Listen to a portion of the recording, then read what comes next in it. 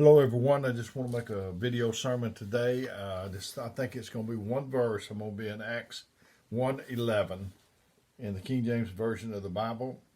And it said, well maybe I'll read three verses. Acts 1:9 through 11. And when he had spoken these things, while they beheld, he was taken up, and a cloud received him out of their sight.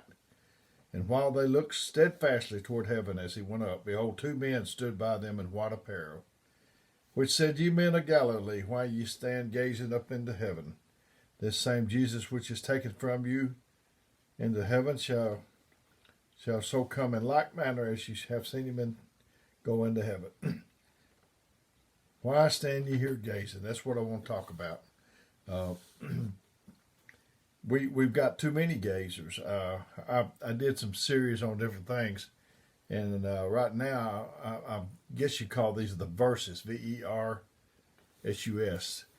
series. Today I'm going to be talking about the difference participants versus spectators, gazers versus people that's in the doing something. It says to gaze means to look steadfastly and intently. So you're not doing anything. You're just an onlooker.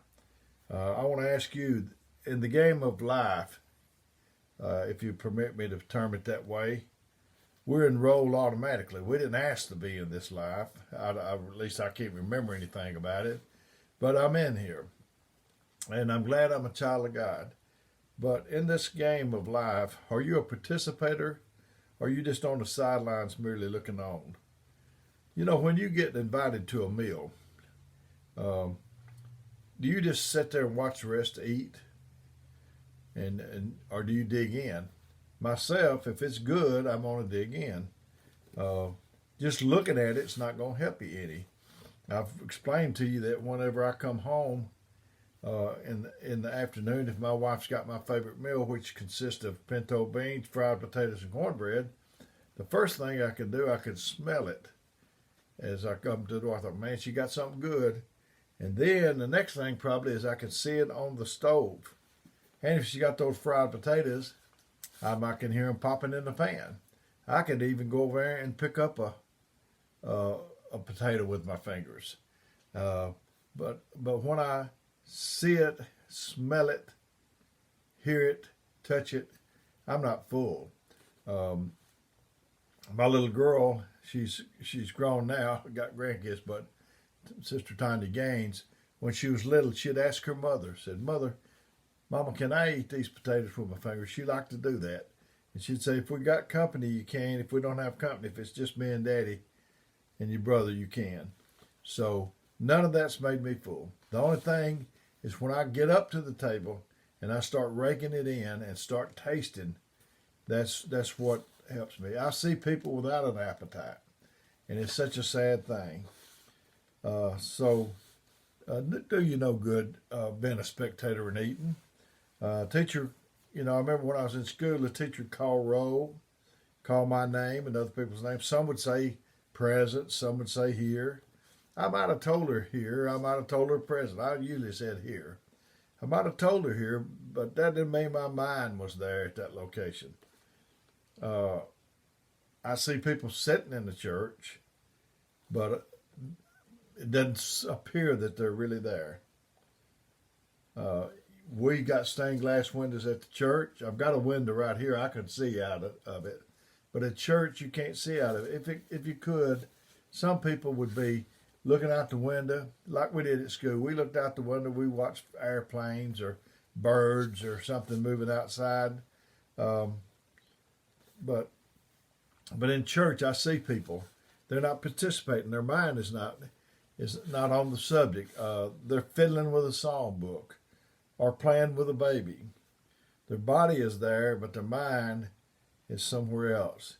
Participants versus spectators. My brother, he used to have some sayings. I really liked them. The one that passed away this past August.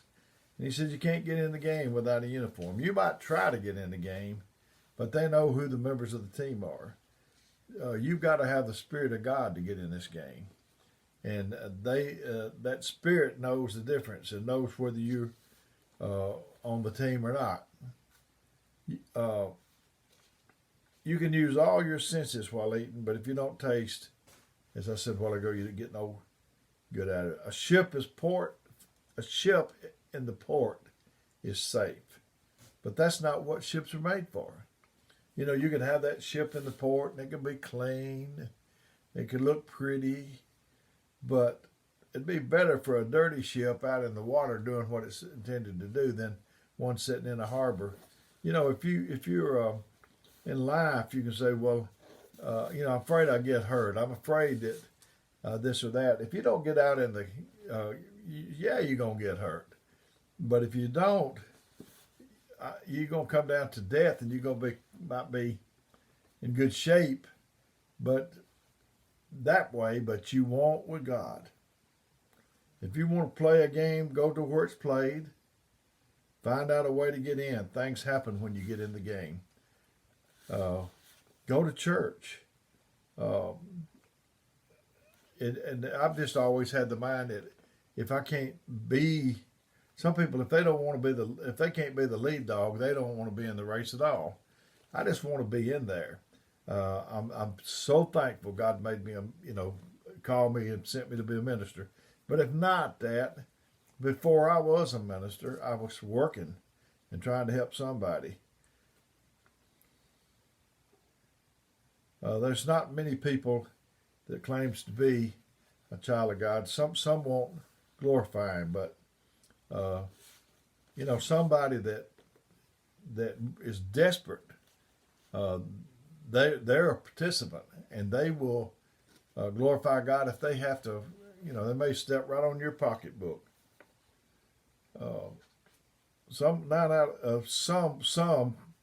people you never hear from them. And I know people that I've met on jobs and things like that. If you pressed them and said something about, are they a Christian, they'd say, well, I hope so. This is too important to hope so. Some people tell you they are, but you never see it in their actions. You never see it in their life. They may belong to the church, but outside of that, you can't see the evidence of it. I heard a little story, and it was called, preparing for the picnic, and illustration was, if everyone is invited to a picnic and asked to bring a covered dish, one person was told to bring hamburgers, one pork chops, one mashed potatoes, one bread, etc. Now imagine how that would be to the person that was organizing this thing if one came in with a cow, another one brought a pig, and another one a sack of potatoes, and one brought a sack of flour. It wouldn't help. I mean, you'd have to prepare all that stuff after you got there. No one could enjoy the meal because no one took the time to prepare the food. And it's the same way with us when we go to church.